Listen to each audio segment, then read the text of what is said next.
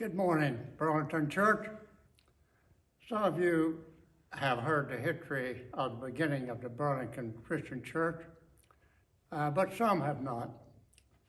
John has asked me to relate my experience in this in regards to when God steps in. As we go through, please note patience involved in this, and also God using Christian people. My job brought Barbara, my three daughters, and me to Burlington in 1967. Our background being an independent New Testament church, we immediately looked for a church. In checking the Christian directory, we sadly found no listing in Burlington or nearby. There were, however, a church in Reidsville and one in Greensboro. After checking around for a couple of Sundays, we visited the North Scales Church in Reidsville. We found this to be very good, but a drive time a little too long to make 3 times a week. The next Sunday, we went to the Greensboro Church. We thought this would be acceptable for our family for the time being, while we were aiming for a church in Burlington. We attended Greensboro for a good period of time and felt a part of that congregation.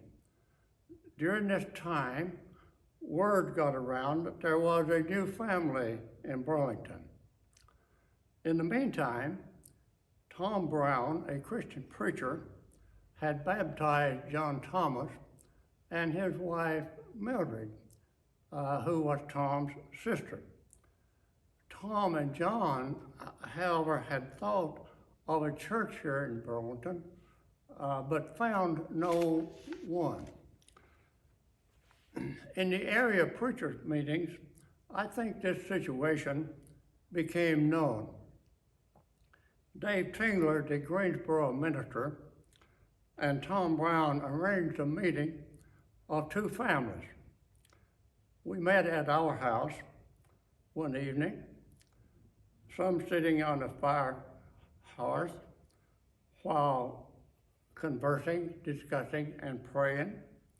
I think it was at this moment that God stepped in, because this is the actual moment of conception of the Burlington Christian Church.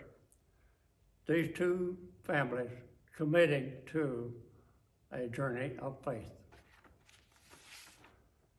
We soon discovered the Boggs family, who had come to the area from Ardmore Church in Winston, but they were attending another church here.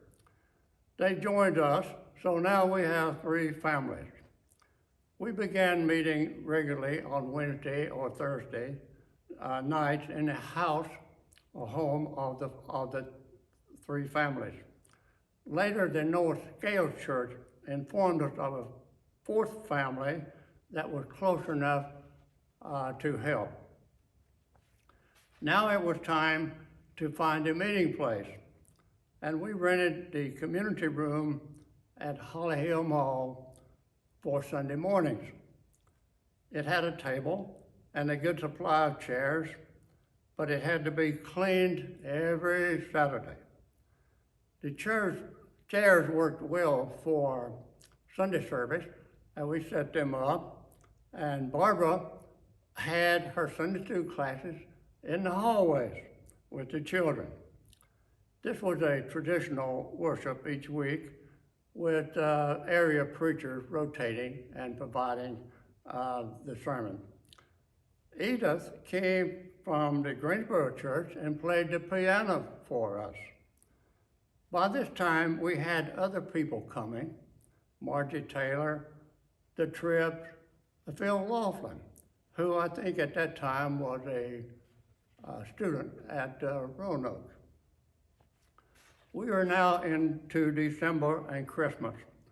The first Christmas program of the Burlington Christian Church was in the Boggs home. There were several children who sang, had poems, and some drama. Those present, adults and children, to this day, remember this fun time. During the fall, we had been looking for a permanent meeting place and found a Mormon church on the trails that was empty and for sale. We were able to purchase and had our first meeting in January 1971, and that's the building that you see adjacent to this building. I believe we had about 30 or 35 present for this meeting. No other church experience can surpass beginning a new work and seeing God's kingdom grow. Now I pray for God to continue blessing Burlington Christian Church.